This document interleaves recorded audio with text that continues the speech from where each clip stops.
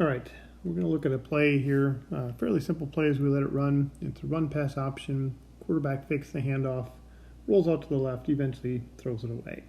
But let's go ahead and reset the play and take a look at a lot of the things that are actually going on in this play. First of all, notice we're at the 50-yard line. We got about 7 yards to go. At the bottom of the screen, the line judge has a wide receiver out there. That's his main key, and that wide receiver has press coverage on him. So that wide receiver is threatened. That line judge has to pay attention to what action happens to that wide receiver and also glance inside, see the action with the tackle at the snap. At the top of the screen, your headline has 3 wide receivers out there, 2 of them off the line of scrimmage and the tight end inside. Now the headline's key is that wide receiver. The back judge is going to be peering in. That back judge has the 2 inside receivers separated by a fair amount of distance, so it's a hard view for that back judge to get, but that's his key. At the snap, let's take a look at what happens. First of all, we'll focus on the defensive line. I want you to notice that on that defensive line, that this down lineman here goes low immediately at the snap. Goes down towards the knees of the center. That's something that the umpire has to watch for, has to understand, are we in the zone? Is that a legal low block by the defense on that one? The other thing the umpire sees is all the other linemen firing out. And so from this action, you can tell that the umpire is correctly reading that it's a run play. Also at the same time, notice that the line judge has to look at that initial contact at the snap. A little bit of hand fighting out there, nothing major, but then the line judge also has to look inside and see that that tackle goes firing out. So your line judge is probably reading that this is a run play as well. If you focus back up to the headline, he has a lot of stuff going on up here at this point. He sees his tight end releasing, starting to head downfield. He also sees his tackle kind of standing out there looking for a block, maybe looking to seal the inside on this kind of a play.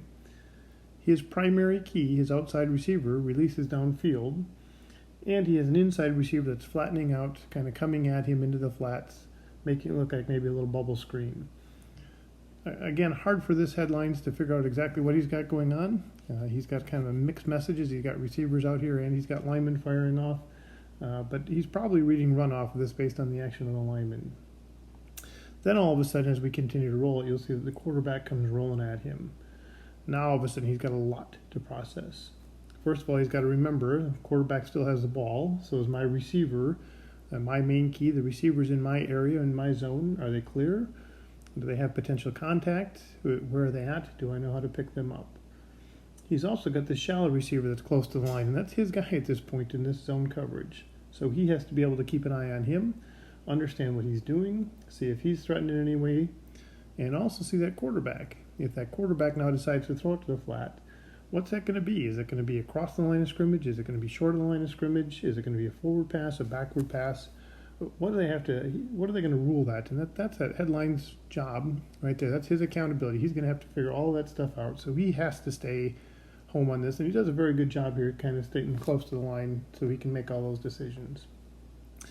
Eventually now the quarterback's going to release the ball, throw it away, and as you notice that, he has a defender who's closing in on him.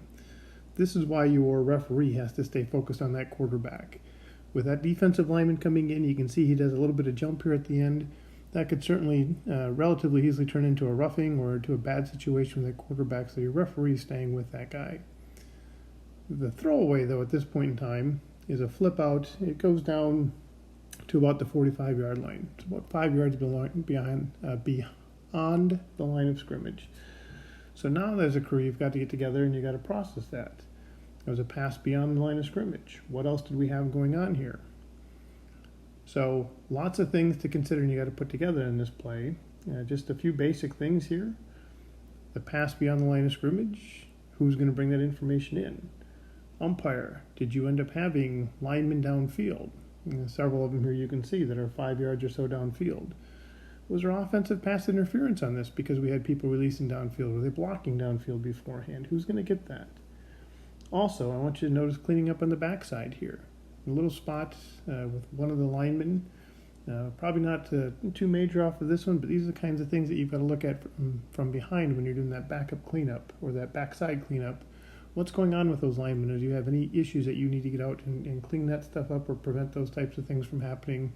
or even for safety reasons, shut some of that kind of stuff down or throw a flag off of that. So, very good example where you're going to have 5 guys here, all coordinated, all working together, try to process what happens on this flag and decide: do you have a run? Do you have a pass? Does it end up being a penalty? Is this a clean play?